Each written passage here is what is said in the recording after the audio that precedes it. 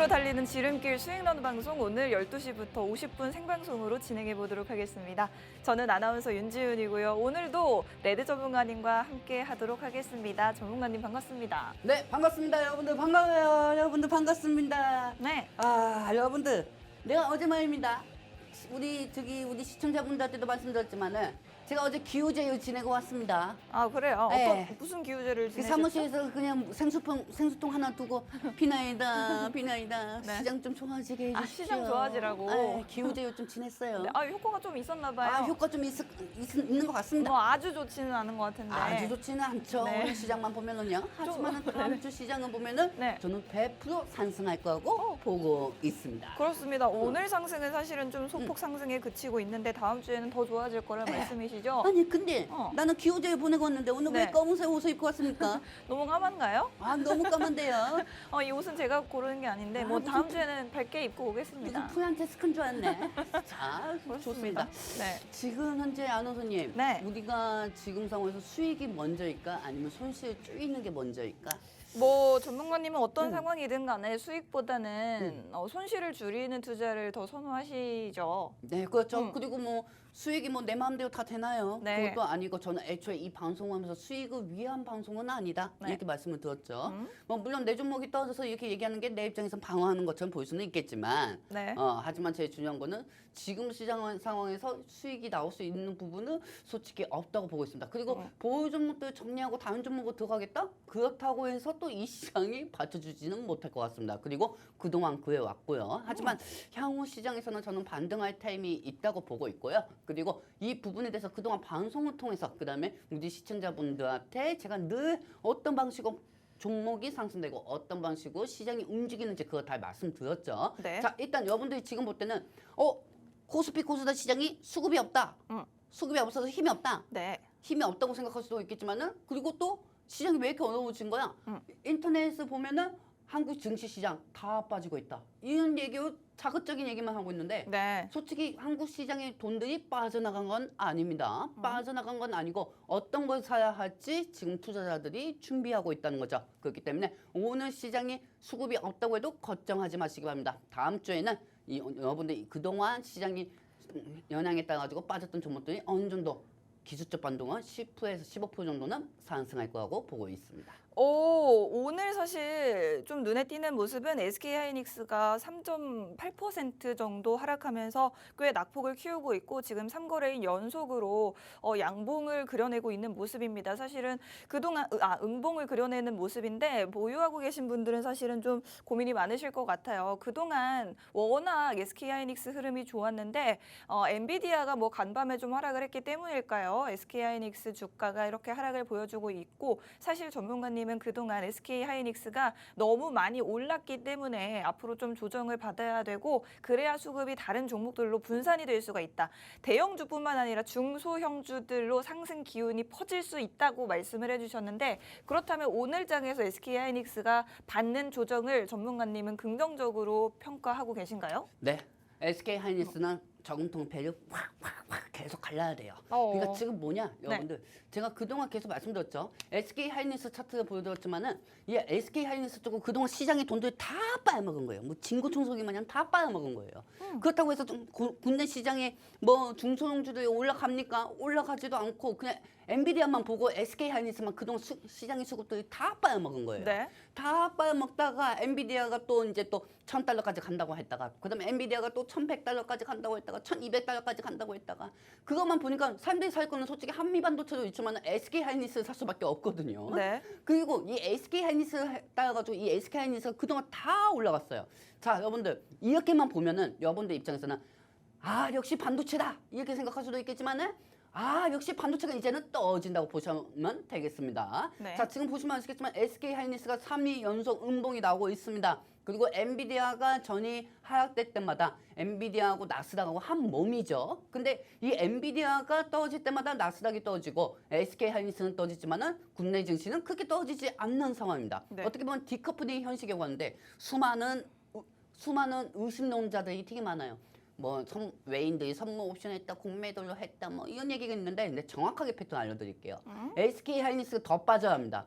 SK 하이닉스 못해도 15만 원에서 14만 원까지는 더 빠져야 돼요. 왜냐하면 그래야 네. 국내 증시가 살 수 있어요. 지금 15만 원에서 14만 원까지는 빠져야 된다고 말씀을 하셨는데 SK하이닉스 주가가 지금 18만 8,400원대거든요. 네네. 그렇다면 앞으로 조정을 꽤나 받아야 될 것 같은데 네. SK하이닉스 지금 보유하고 계신 분들도 계실 거거든요. 네. 전문가님 원성 듣는 거 아닌가요? 아니 제가 영상 왜 듣습니까? 왜냐면 네. 20만 원일 때 그냥 자기네들 정리해서 쓰면 수익인 건데 수익인 건데 지금은 빠질 때니까 조심하라 이거죠. 오히려 내가 이렇게 얘기해줘야 이거 SK하이닉스 갖고 계신 분들 더 좋아하는 거 아닙니까? 그러면 지금이라도 수익이신 분들은 정리를 하는 게 맞는 타이밍이라고 네, 보시나요? 저는 맞다고 보고 있습니다. 네, 좋습니다. 왜냐면은 네. 이게 요즘 뭔가 호재도 음. 이 갑자기 짠 하고 해성처럼 터지는 게 아니에요. 네. 호재가 짠 이렇게 나오면서 해성이 이렇게 갑자기 출현해야 되는데 네.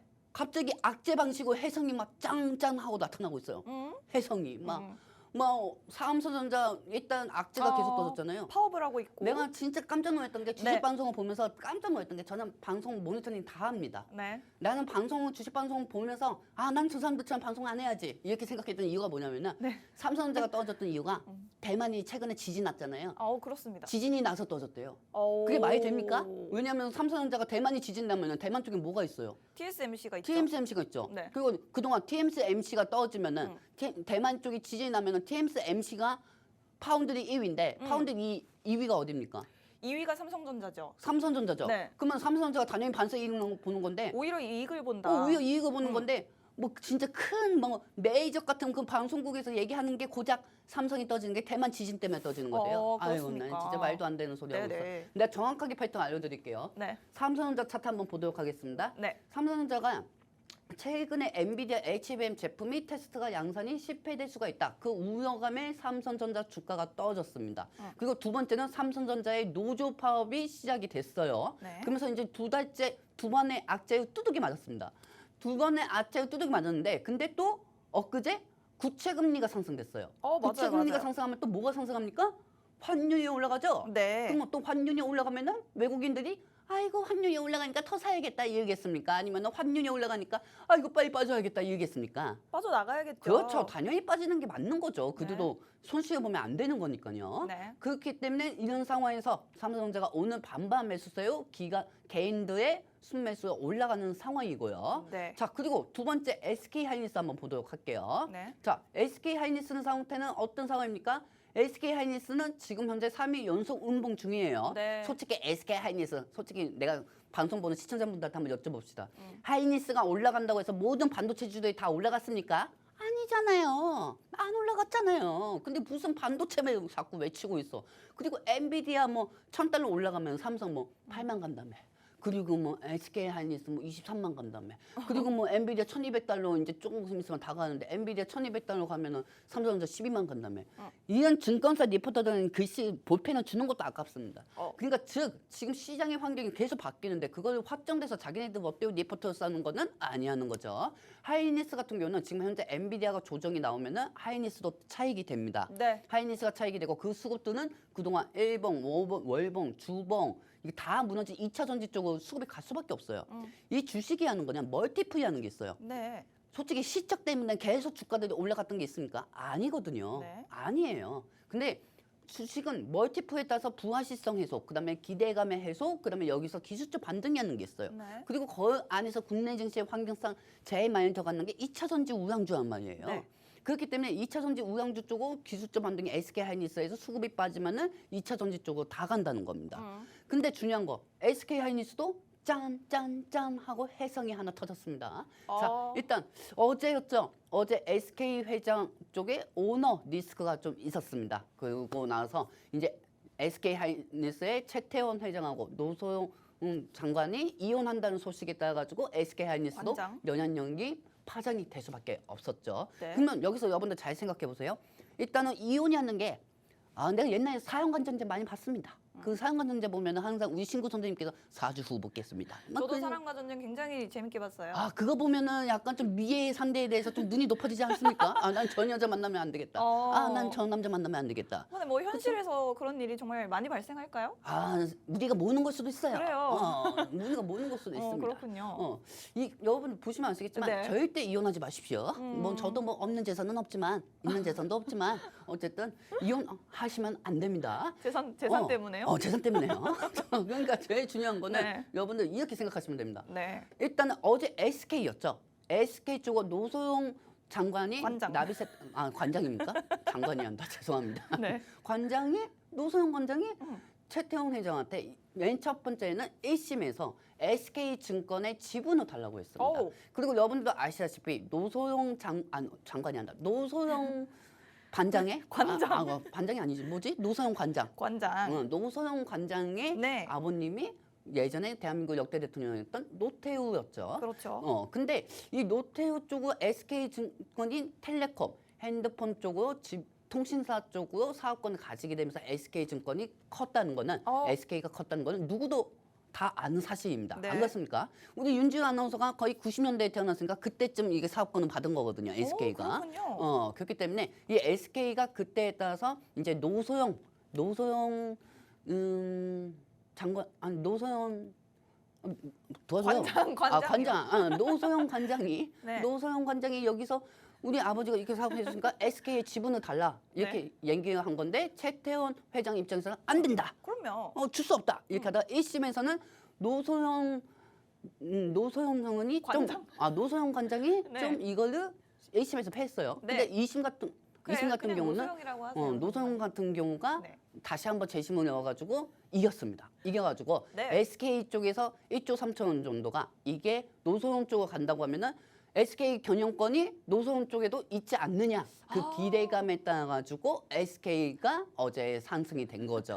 아니 정말 너무 횡설수설을 하셔가지고 정리 좀 해주시고요. 그러니까 지금 SK그룹 최태원 회장이랑 노소영 관장의 이혼 소송이 2심 재판 결과가 나왔습니다. 사실 1심에서는 이 재산 분할 결과가 약간은 최태원 회장 쪽으로 기울었다면 2심에서는 반대의 결과가 나왔는데 노소영 관장에게 더 많은 재산을 분할을 하라라고 판결이 나왔고 그 규모가 1조 3천억 원 정도가 됩니다. 그리고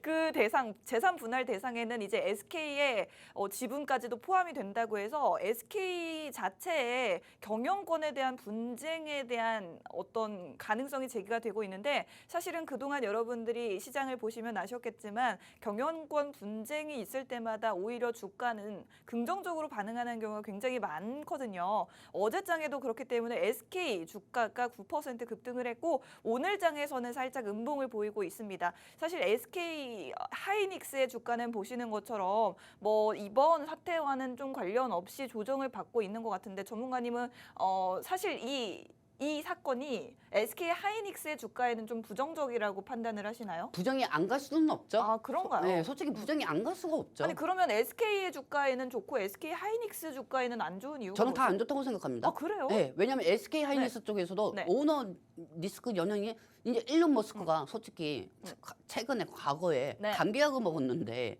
네. 감기약 먹었는데 이상한 거 먹은 거 아니냐? 이상한 약을 먹었다. 이상한 약을 먹은 거 아니냐? 그 리스크 때문에 퇴사 주가가 떨어진 것처럼 네. SK 하이닉스도 마찬가지예요. 네. 오너 리스크가 없을 수는 없죠. 네. 근데 여기서 제일 중요한 거는 여러분들 종목 SK 한번 보도록 할게요. SK는 그래도 오르고 있거든요. SK 오르고 있죠? 잘 보세요, 여러분들. 네. 이게 저는 솔직히 떠지는 칼날이라고 보고 있습니다, SK가. 왜냐면은 SK 쪽에 있는 지분을 노소영 관장이 지분을 원했어요. 그래서 이제 노소영 관장 쪽으로 그 경영권에 대한 주식 지분이 최태원 회장의 지분이 간다고 하면은 네. SK 경영이 어느 정도 지분은 노소영 관장이 갖고 있으니까 네. 이제 여기 대해서 SK 경영권을 갖고 있는 거 아니냐 이 기대감에 상승되는 거거든요. 네. 근데 잘 생각해 보세요, 오늘. 네. 여러분 최태원 회장이 만약에 이현 상황에서 주식으로 나눠지면은 노소영 관장은 SK 쪽으로 경영권을 가지게 됩니다. 네. 근데 최태원 회장이 아니 안 돼. 경영권은 내가 가지고 갈 거야. 경영권 내가 가지고 갈 거기 때문에 네. SK 매도해서 현금을 주던지 아하. 해야지. 이렇게 되면은 매도가 나오는 거예요. 아, 그렇군요. 매도가 나오는 거예요. 네, 그러니까 사실은 이런 지금 상황에서는 주가가 뭐 상승으로 반응을 해주고 있지만 결과적으로 최태원 회장이 SK 지분 17% 이 주식 지분을 팔아치울 확률은 낮기 때문에 그렇죠. 오히려 현금을 확보해서 현금으로 지급할 것이다. 네네. 만약에 그렇게 결정이 된다면 SK 주가는 다시 떨어질 거라는 말씀이시죠? 그렇죠. 왜냐면 매도를 하는 거니까. 네, 그렇습니다. 그러니까 네. 예를 들어서 뭐 진짜 이혼한 부부가 있어요. 네. 이혼한 부부가 있는데 네. 만약에 제 와이프가 저한테 야, 너 이제까지 주식 방송할 때마다 내가 다 뒷바라지 해줬으니까, 네. 뒷바라지 해줬으니까, 나 이혼할 때 같이 산 게 5년 됐으니까 5억만 줘. 이렇게 하면은, 네. 나 수중에 5억이 없잖아요. 네. 그러면 오빠 집 있잖아. 집에 있는 집은 좀 이렇게 줘. 뭐 이렇게 하면은 내 집이 만약에 우리 집이 법인 집이라고 하면은 네네. 이 법인의 집은 이 법인의 집은 50% 좋아하잖아요. 어허. 그러면은 이 집의 권한은 나한테는 없는 거잖아요. 그렇습니다. 그렇죠? 그럼 나는 그거 안 주겠다 이겁니다. 네. 안 주고 나는 이건 팔아버리고 이 중에서 한 절반은 현금으로 그냥 주고 이렇게 끝내겠다 이거죠. 그렇습니다. 네, 아니면 뭐 대출 받겠다 이런 이야기도 나오고 있거든요. 아무래도 최태원 회장은 이 SK 지분을 포기하지는 않을 것 같습니다. 그렇기 때문에 지금 뭐 주가가 오르고 있다라고 해서 여러분들이 뭐 따라잡으려고 하시는 거는 약간 위험하실 수도 있겠다라는 분석을 여러분들께 말씀을 드리고 싶습니다. 자, 그리고 어쨌든 오너 리스크가 반영이 된다면 SK 하이닉스 주가에도 좋은 영향을 줄 수는 없다라는 부분을 말씀드리고 싶은데 전문가님이 그동안 말해왔던 것처럼 SK 하이닉스의 주가는 지금 3일 연속으로 좀 하락을 보여주고 있는데 반대로 사실 삼성전자에 대해서 전문가님이 삼성전자 주가가 반등을 해줘야 코스피가 박스권을 탈출할 수 있다라는 말씀을 해주셨어요. 그동안 우리나라 증시가 너무너무 힘을 쓰지 못했던 그 이유, 특히나 지금 봤더니 G20 국가들 중에 한 달 동안 주식 수익률이 우리나라가 최하위권 수준이라고 합니다. 왜 이렇게 수준이 안 좋았나 했더니 바로 외국인들이 특히나 5월 들어서 매도세로 전환을 했고 국채금리가 급등을 하고 또 원화가 쭉 약세를 보이고 있는 점 등 때문에 삼성전자, 삼성전자와 2차 전지 위주로 외국인들의 매도세가 나왔던 겁니다. 자, 지금 그리고 뭐 이런 부분들 때문에 삼성전자 주가의 향방 어떻게 전문가님이 좀 관측을 하고 계시는지 여쭤보고 싶어요. 사실 삼성전자의 주가는 저는 부정적으로 보지는 않습니다. 삼성이 하지만은 살아야 코스피가 살지 않습니까? 네, 맞습니다. 네. SK 하이닉스 코스피 그동안 못 올렸잖아요. 그래요. 솔직히 뭐 그동안 못 올렸어요. 네. 솔직히 SK 하이닉스 하나로 코스피 지수 올릴 수 있는 건 아닙니다. 네. 삼성전자 주가가 올라가야 삼성전자 계열사인 삼성전기, 삼성물산, 삼성바이오로지스, 삼성 SDI 이게 또 전부 다 코스피 시가총액 17% 하고 있는 17% 비중하고 있는데 네. 저는 삼성전자가 솔직히 근데 7만까지는 떨어질 건 같기는 합니다. 7만 원까지는 또 정상적인 상승이 있으려면은 7만 원까지는 붕괴될 가능성이 있다고는 보고 있습니다. 네. 왜냐하면은 하지만 지금 환율이 그동안 구체 금리가 상승됐기 때문에 환율에 의해서 외국인들이 그동안 삼성전자의 주가를 올렸는데 외국인들이 지금 팔아버리고 있거든요. 네네. 그리고 다음 주부터 외국인들이 들어올 수 있다는 거는 오늘 저녁에 있을 PCE 금리 정책에 따라 가지고 거기서 환율이 조금만 떨어지면은 삼성전자가 주가가 또 다음 주에는 반등이 나올 거고 보고 있습니다. 네, 좋습니다. 근데 저는 또 이렇게 생각해요. 삼성전자의 코스피 한 방이 달려 있겠지만 솔직히 지수만 달린 거야. 지수만. 아, 지수만. 지수. 내 종목이 오르는 건 또 별개 얘기다는 뜻이죠. 그렇지. 지수만 달린 거예요. 네. 코스피에는. 지수만 달린 거고요. 왜 이런 얘기를 하는지 말씀드리도록 할게요. 네. 자, 일단 삼성전자가 중요하다고 생각하지는 않습니다. 저는 SK 하이닉스가 빠져야 한다고 보고 있습니다. SK 하이닉스. 자, 오늘 SK 하이닉스 시가부터 한번 보도록 할게요, 여러분들. 네네. 자, 비니님 부탁드릴게요. 뿅. 자, 시가 얼마입니까? SK 하이닉스 시가가? 19만 4,400원입니다. 얼마요? 19만 4,400원이 시가고요. 네, 자 좋습니다. 19만 4,400원이 시가입니다. 네. 그러면 19만 9,400원이 시가인데 초반에 19만 4,400원이죠. 네. 자 그리고 이제 저가가 이제 18만 8,200원 있으면 여기 이 부분을 여러분들 중요하게 보시기 바랍니다. 낙폭을 키우고 있거든요. 지금 하단은 납폭을 키우고 있죠. 네. 18만 8,200원까지 떨어졌어요. 네. 자, 그다음에 에코프로비엠을 한번 보도록 하겠습니다. 자, 에코프로비엠을 보시면 아시겠지만 오늘 시가를 한번 보도록 하겠습니다.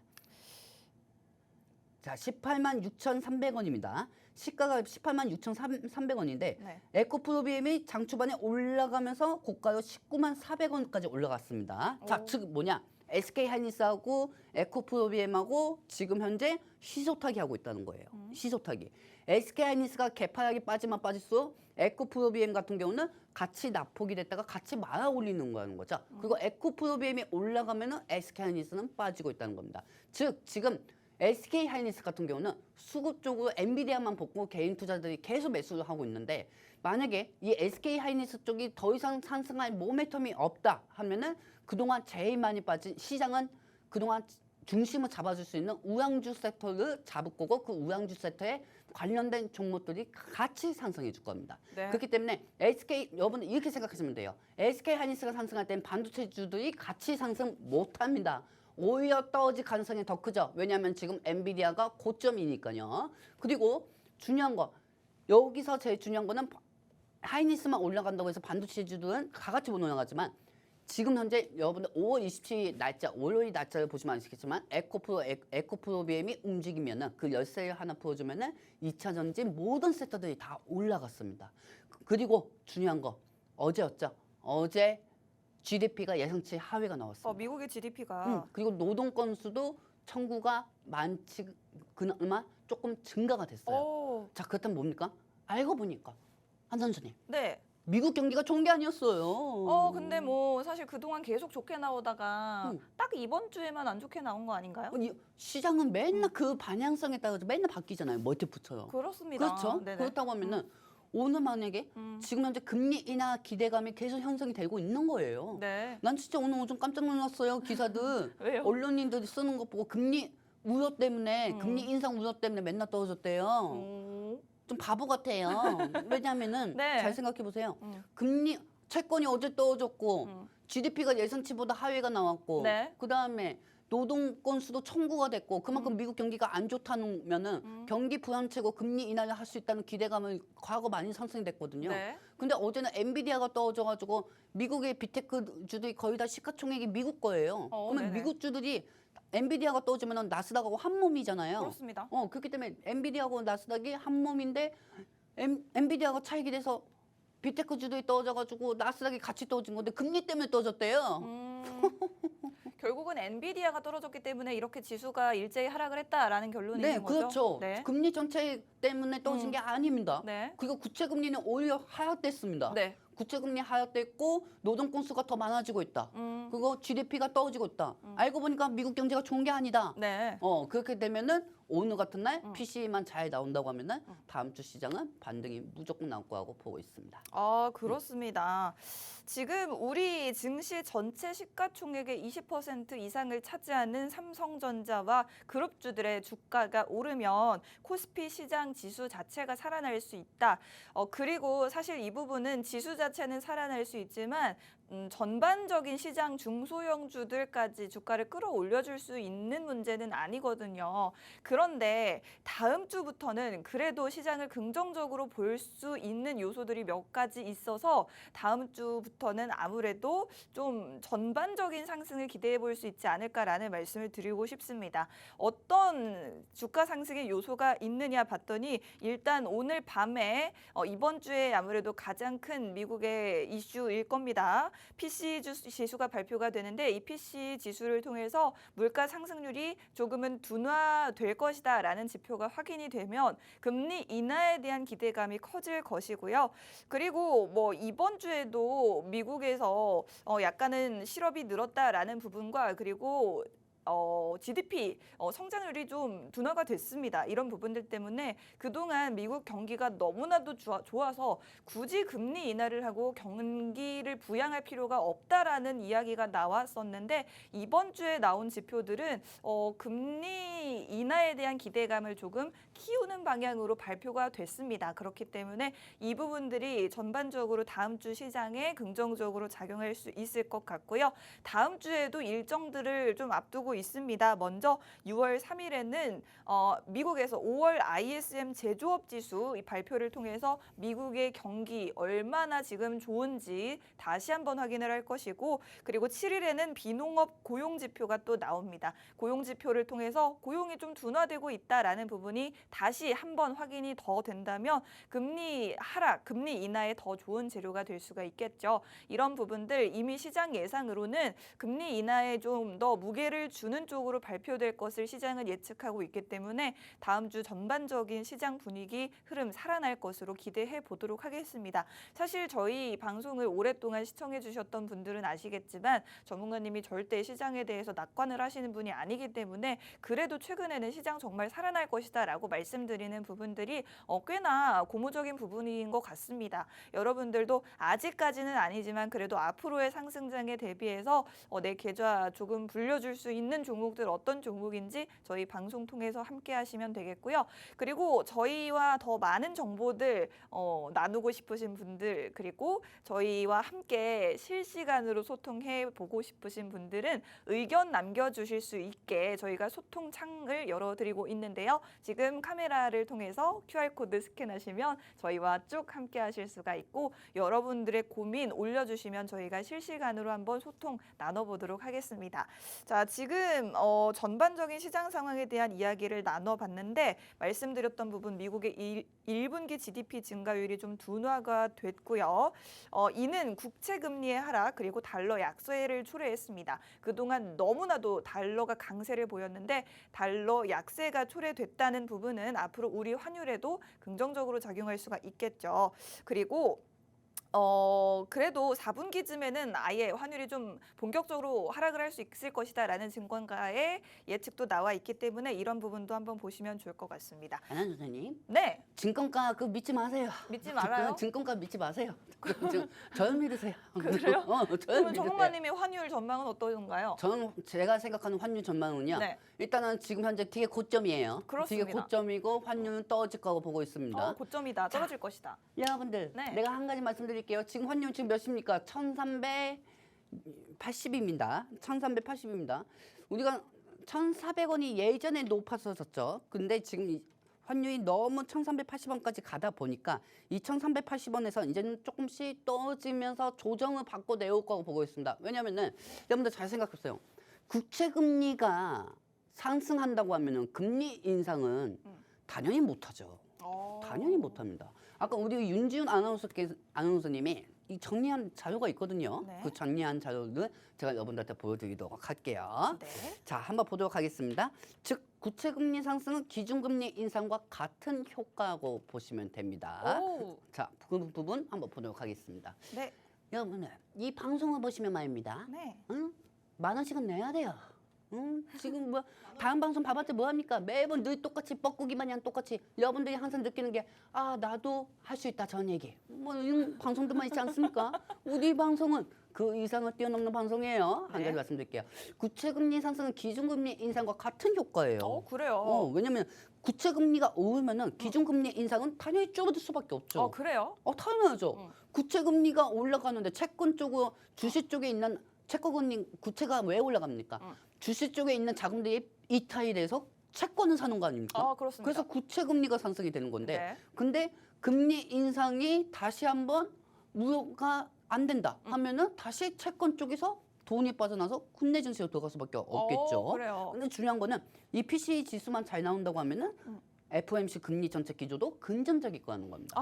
다음 달에 이제 얼마 안 남았어요. 내일부터 6월이잖아요. 네. 다음 달부터 FOMC 회의 쪽에서는 긍정적으로 나올 수밖에 없어요. 왜냐하면 최근에 4월 CPI도 예상치보다 하회가 나왔고요. 이 CPI하고 PCE는 같은 개념이라고 보시면 됩니다. 네. 자, 그리고 아까 그 장면에서 이제 중요한 거를 한번 또 보도록 할게요. 네.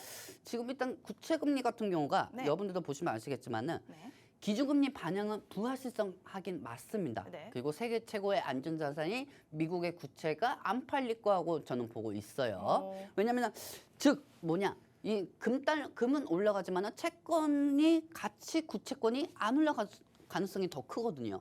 그러니까 구체금리가 상승되면 오히려 지금 FOMC 의사록에서는 금리를 올리겠다, 올릴 수가 있다 이렇게 얘기하는데 네. 구체금리가 상승하면은 당연히 금리 동결이 호재죠. 금리를 올릴 필요가 없어진다. 그렇죠. 그렇습니다. 국채 금리가 상승하면 당연히 이거는 금리 동결을 봐야 하는 겁니다. 네. 근데 국채 금리가 하락이 되는 상황에서 지표가 계속 나온다 하면은 금리 인상이 하는 말이 타당성이 좀 있겠죠. 그렇기 때문에 여러분들은 지금 상황에서 경제, 사회, 우리가 물, 불, 흙, 눈물, 땅, 하늘, 먹고 비, 전거 모든 걸 우리가 통합적으로 할 수는 없는 거잖아요. 그렇죠? 네. 통합적으로 예측할 수도 없고 그렇기 때문에 주식도 마찬가지입니다. 경제, 사회, 상황에 따라 가지고 올라내려가는 게 주식인 거죠. 네. 어느 날은 금리 정책 때문에 올라가고 어느 날은 금리 때문에 또 내려가고 이게 똑같이 매번 레퍼토리 됐던 게 주식시장입니다. 그렇기 때문에 금리 부분에 대해서 절대 걱정하지 마시기 바랍니다.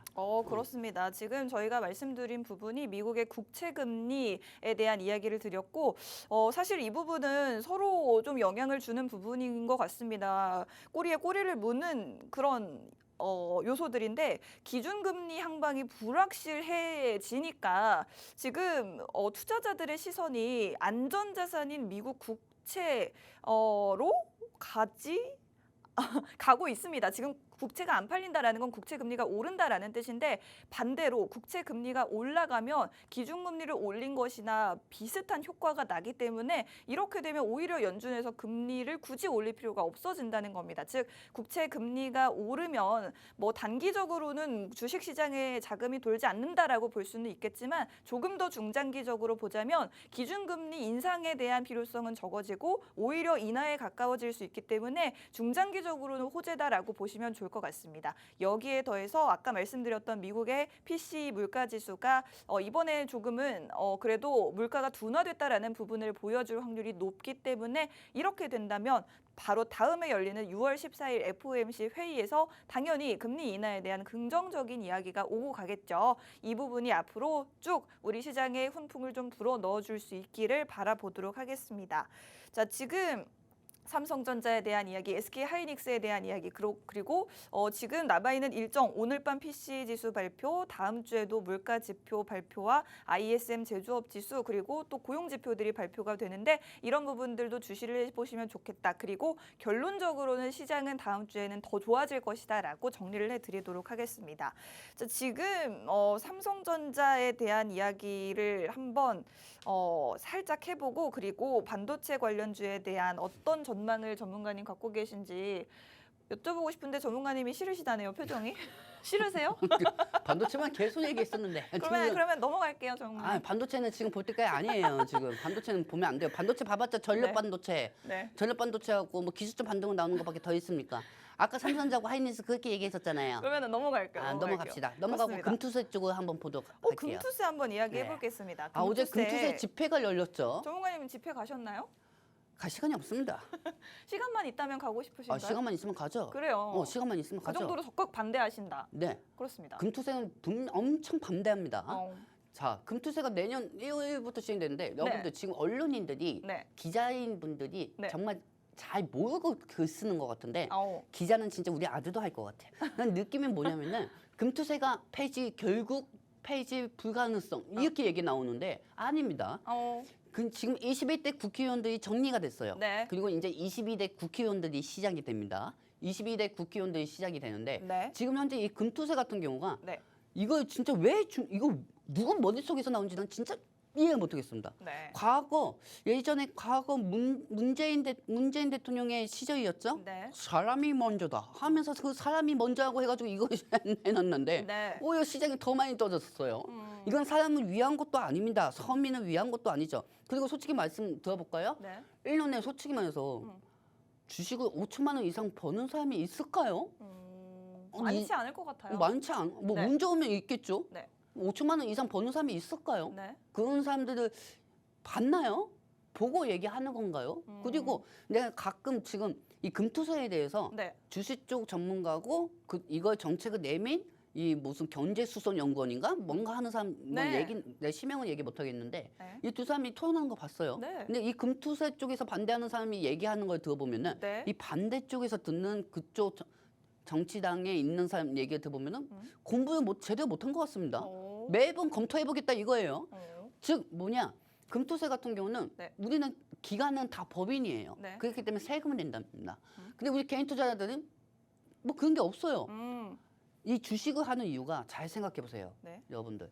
주식은 그 기업에 투자를 하는 겁니다, 우리가. 그리고 그 기업들은 그 투자로 계속 더더욱 미래에 대한 기대감을 형성시키죠. 근데 개인 투자자들이 아무리 기업을 향해 투자를 위해서 투자를 한다고 하더라도 세금은 내야 한다는데 누가 투자합니까? 그러면 한국 증시 망합니다. 그리고 또 한쪽에서는 해보지도 않고 금투세에 대해서 반대하느냐 이런 얘기하는데 꼭 해봐야 정신 차립니까? 꼭 해봐야 합니까? 해봐야 아는 겁니까? 아니잖아요. 금투세에서 만약에 5천만 원 넘는 사람은 세금 걷는다고 쳐요. 근데 금투세 때문에 계좌가 망가진 사람들은 이거 주재하는 사람들 본인들은 책임져 줄 겁니까? 그것도 아니잖아요. 그것도 아닌데 왜 자꾸 이걸 미어가는 건지 좀 상식이 되는 선에서 이거 부분에서 설득하고 금투세 시행했으면 좋겠는데 네. 저는 이거는 좀 말이 안 된다고 보고 있습니다. 그리고 중요한 거 이 금투세가 시작이 된다고 하면은 네. 국내 증시 다 죽을 수밖에 없습니다. 정말 어. 죽습니다. 아니 왜 해보지도 않고 왜 그런 소리 하느냐?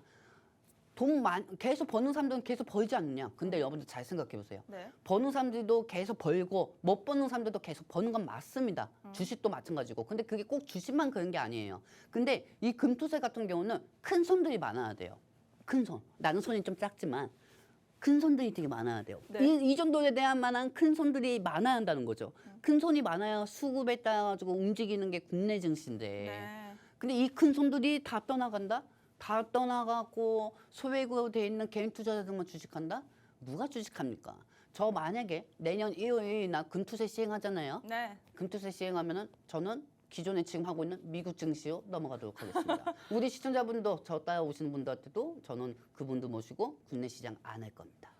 그렇습니다. 사실은 관련된 기사를 찾아봤더니 실제로 투자자분들이 달았던 댓글을 보면 댓글 반응은 뭐 굉장히 이 금투세 시행에 반대하는 댓글들이 대부분이긴 하더라고요. 네네네. 아무래도 투자하시는 분들 입장에서는 이게 시행이 되면은 이제 건강보험료에도 영향을 준다라고 하고 뭐 굉장히 약간은 개인 투자자들에게도 안 좋은 부분들이 많이 있는 것 같습니다. 만약에 네. 아나운서님 생각해 보세요. 네. 이게 확실치는 모르겠어요. 네. 아나운서님이 네.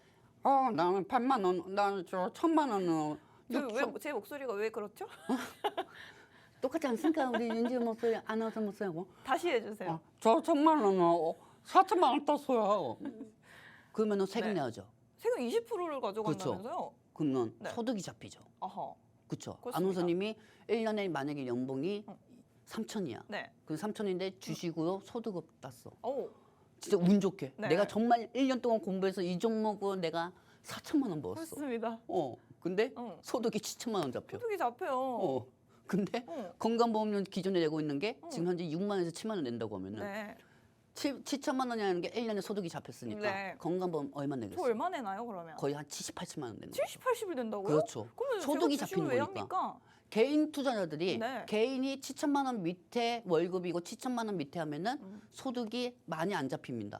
그리고 세금은 많이 안 냅니다. 네. 근데 만약에 이게 주식까지 반영이 되잖아요. 금투세까지 반영이 되잖아요. 네. 운 좋게 수익을 따가지고 아나운서님 기존 연봉에서 4천만 원, 5천만 원 벌었다. 그럼 아나운서님 소득은 8천만 원 잡히는 거잖아요. 그러면 8천만 원 잡히면은 네네네. 8천만 원 잡히고 여기서 또 1억까지 잡힌다고 쳐요. 네. 1억까지 잡히면 어떻게 되겠습니까? 얼마 되나요? 세금 엄청 많이 내는 거죠. 건강보험료가 국민 건강보험료가 100만 원치는 내지는 네, 않겠지만은 네. 못해도 7만 원 냈던 사람이 4, 50만 원 내는 거죠. 배보다 네. 배꼽을 콱 빼는 거예요. 배는 이만한데 배꼽이 여기까지 가 있다. 그렇습니다. 그러니까 즉 아나운서님처럼 몇 천만 원 따는 사람들은 네. 우리나라의 10%밖에 안 되겠지만 네. 나머지 사람들은 10% 되는 사람들도 그렇게 소득이 잡혀가지고 안 하는데 나머지 사람들은 왜 하냐 이겁니다. 어. 그러니까 즉 아나운서님의 통장에 돈이 들어오잖아요. 증권사에서 매도해서 수익 금액이. 네. 그럼 이거 소득으로 잡힌다고요. 어. 소득으로 잡히는 거예요. 그리고 개인 사업자, 그다음에 네. 법인, 기관은 더 문제가 있어요. 왜요? 기관들은 다 법인이에요. 네. 법인은 개인 사업자에 비해서 세금을 많이 안 냅니다. 네. 근데 이 법인 자체가 네. 이 법인이 한 번에 만약에 이익을 보더라도 세금 더 많이 내게 되는 거죠. 어허. 그렇습니다. 그러면은 기관들 자체도 안 하죠. 기관 투자자들도 투자가 위축이 될 수 있다는 그렇죠. 말씀이시군요. 그리고 잘 생각해 보세요. 네. 이걸 추진한 국회의원들. 네. 그 사람들은 우리보다 연봉이 높잖아요. 네. 그렇죠. 뭐 나라 일 하시는 분들이니 네. 그 정도는 받아야죠. 네네. 받아야겠죠.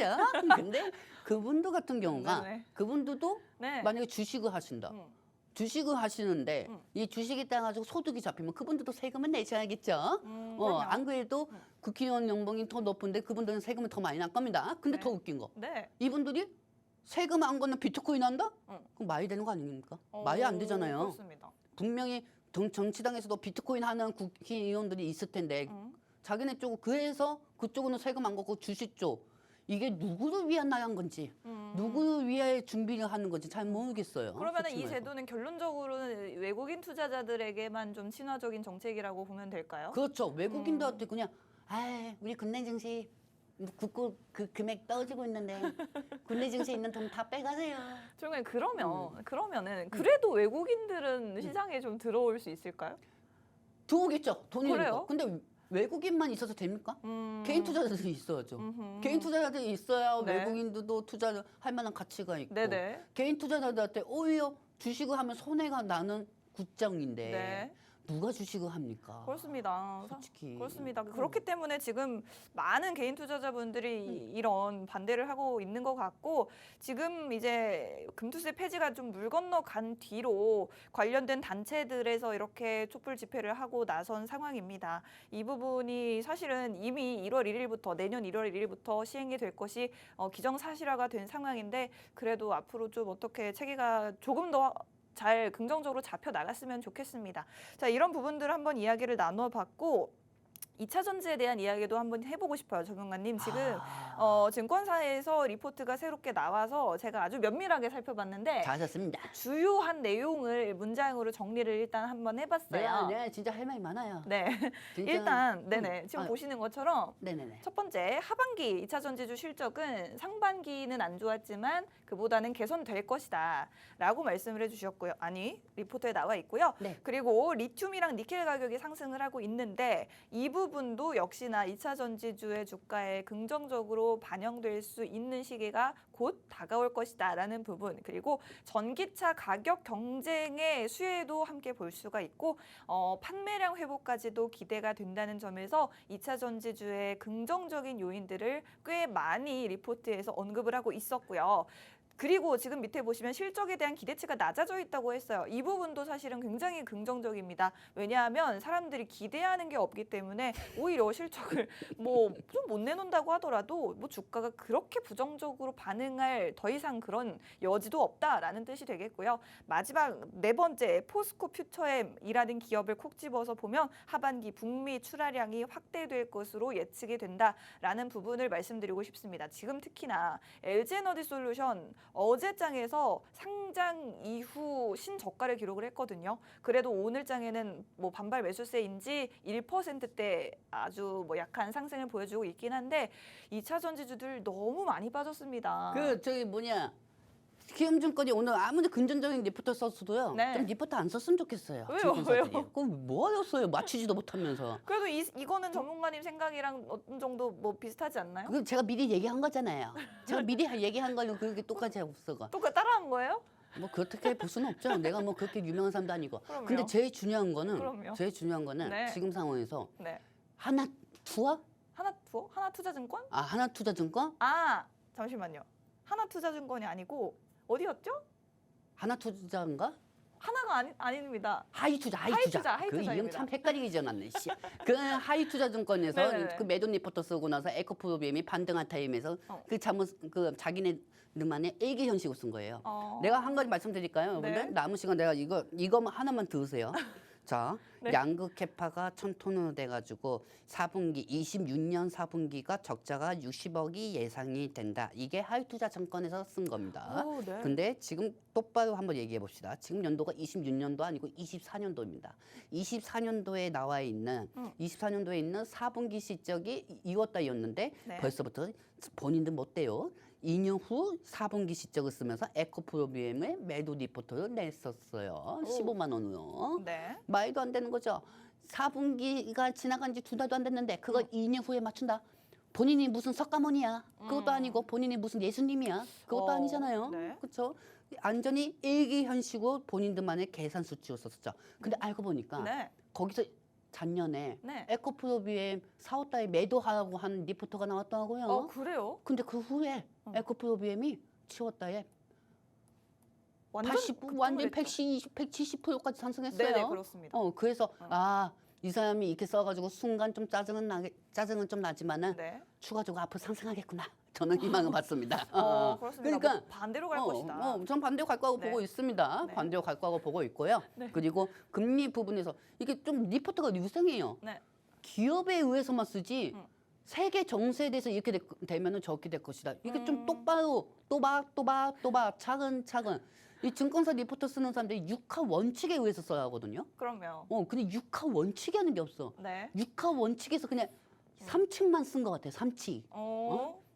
이 반등할 타이밍에서 그걸로 네네. 반등할 타이밍에서 부정적인 발언을 하고 말이야. 네네. 국내 증시가 비중이 시가총액이 제일 많은 게 2차 전지인데 말이야. 네. 그걸 부정적으로 쓰고 말이야. 정말 이제 알겠고요. 나쁜 방송 사람. 시간이 5분밖에 남지 않아가지고 제가 궁금한 거 뭐 좀 여쭤봐도 네네. 될까요? 제가 궁금한 게 네. 지금 이제 전문가님 저도 달을 여행을 갈 수 있을까요? 다이요. 네. 지금 저 북한에서 좀 오물 던지고 난리도 아닌데 지금 북한에서 하늘나라에 오물도 던지고 무슨 있는데 오물풍선이 등장을 했다고 하는데 네, 지금 주식시장도 지금 열받아 죽겠는데 북한에서 지금 오물 던지고 있잖아요. 아니 전문가님 근데 근데 이쪽 상황에서 무슨 우주선 타고 갑니까 지금? 아니 지금 윤석열 대통령이 네. 지금 이제 8년 뒤에 네. 10년도 안 남았어요. 네. 8년 뒤면은 우리 뭐 달로 보내주겠다라고 하는데 우리 전문가님 아들도 이제 한 10대쯤 되면 청소년 되면은 달에 갈 수 있대요. 왜 남의 아들 달 보내러 갑니까? 왜 남의 아들 달 보내려고 해요? 아니 좋은 거잖아요. 지금 윤석열 대통령이 네. 그 우주에 대해서 어제 발표를 하고 네. 오늘 우주항공주들이 다 올라갔죠. 그렇습니다. 지금 우주항공 올라가는 게 중요한 게 아니에요. 왜 안 중요하죠? 지금 대한민국 하늘에 지금 북한 오모들이 지금 편향냉면이 다 돌아다니고 있어요. 지금 대한민국 하늘에. 아유 왜? 대한민국 항구에 지금 편향냉면이 다 돌아다니고 있는데 지금 식사 시간인데 좀. 상관없어요. 전부 우주항공 때문에 지금 힘든데. 근데 네. 우주항공 관련주들이 네. 오늘 차익이 좀 심하게 나왔습니다. 오늘은 그렇죠. 차익이 나왔어요. 네, AP 위성이 오늘 좀 갭상승이 나왔었거든요. AP 위성이 갭상승이 나왔다가 오늘 현재 차익이 되고 있는데 그래요. 이 우주항공주 같은 경우는 사실 이슈에 의해서 올라가는 거지 지속적으로 올라간다 보기에는 좀 의문이 있죠. 아니 정말 근데 100조 원 투자는 사실은 규모가 제법 크지 않을까요? 그러면은 그렇죠. 100조 원 정도가 큰데 우리는 네. 금액을 보고 투자 솔직히 그래요? 20몇억 투자해가지고 네. 상한가 간 종목들도 많거든요. 근데 이거는 왜 100조 원 투자인데 왜 힘이 없죠? 왜냐면은 지금 현재 세계 정세에서는 우주항공 쪽으로는 네. 우주항공 쪽으로 협력사들이 많이 없죠. 그래요? 대한민국 자체는 우리가 뭐 2차 전쟁을 하면은 세계적으로 우리가 모멘텀이 많잖아요. 네. 근데 우주항공은 세계적으로 모멘텀 있는 데가 테슬라의 스페이스 X밖에 없잖아요. 우리나라는 아직까지 뭐 기술력이 그다지 세계적으로 인정을 받지 아니죠. 못하고 있다는 인정은 건가요? 받고는 있지만은 네네네. 한쪽에서 투자를 해도 다른 쪽에서 그 환경을 맞춰줘야죠. 그게 또 추가적인 호재가 나와야 지속성으로 갈 수가 있는데. 우리만 투자한다 되는 게 아니다라는 네, 뜻일까요? 그렇죠. 그리고 네네. 예를 들면 우리 네. 나르호. 누리호 최근에 누리호입니까? 네네. 나르호 아니었어요? 나르호는 저 옛날에 누리호. 발사했고요. 누리호가 발산되기 전에 네. 어떻게 준비하고 있다. 네. 그 단계에 대해서 검증을 하고 있다. 네. 이게 주가의 기대감이 더 많이 상승할 수가 있지. 네. 지금 100조 원을 투자한다고 지속적으로 상승한다. 이것보다는 그래요. 만약에 나라호, 아니 누리호, 누리호가 상승되기 전에 성공할 가능성이 있다. 그 기대감으로 주가가 더 빨리 상승되는 게 아닌가 싶습니다. 그렇습니다. 뭐 아쉽습니다. 저는 이런 종목들 좀 보고 싶었는데 전문가님은 그다지 좋게 보시는 것 같지 않아요. 자, 지금 이제 저희 방송 시간이 한 2분 정도 남아 있는데 방송 마치고 나서도 저희가 더 많은 정보들과 시황에 대한 분석들 그리고 구체적으로 어떤 투자 섹터들을 볼 수 있는지 어떤 종목을 어떻게 공략하면 좋을지에 대한 자료들은 저희가 쭉 여러분들께 제공을 해드리려고 하는데 QR코드 카메라를 통해서 QR코드 스캔하시면 저희와 방송 마치고 나서도 쭉 함께 하실 수가 있습니다. 어느덧 기분 좋은 금요일인데 이제 주말을 지내고 다음 주 시장을 대비하셔야 되는 우리 투자자분들께 전문가님 마지막 한마디 부탁드립니다. 짧게 말씀드리겠습니다. 짧게요. 여러분들 지금은 추가 매수할 시점 아닙니다. 네. 추가 매수 안 해도 다음 주에 시장 다 반등합니다. 그리고 한 달 반 동안 무너졌던 본인들 종목들 2차 전지 종목 아니더라도 네. 기본적으로 10%에서 15% 정도는 낙폭이 축소될 거니까 너무 걱정하지 마시고 주식을 감정적 매매요 하지 마시기 바랍니다. 그렇습니다. 제발 그 이야기대로 됐으면 좋겠습니다. 지금 뭐 안 물려 있는 분들이 없을 것 같은데 그래도 한 달 반 정도 그 이상 물려 있었던 종목들이라면 10%, 15% 정도는 회복이 가능할 것 같다라는 아주 긍정적인 전망 내주셨습니다. 본 방송에서 제공해드리는 정보는 투자 판단에 대한 조언일 뿐 주가의 상승을 보장하지는 않는다는 점 항상 유의하시면 좋겠습니다. 저희는 다음 주에 다시 찾아뵙겠습니다. 시청해주셔서 고맙습니다.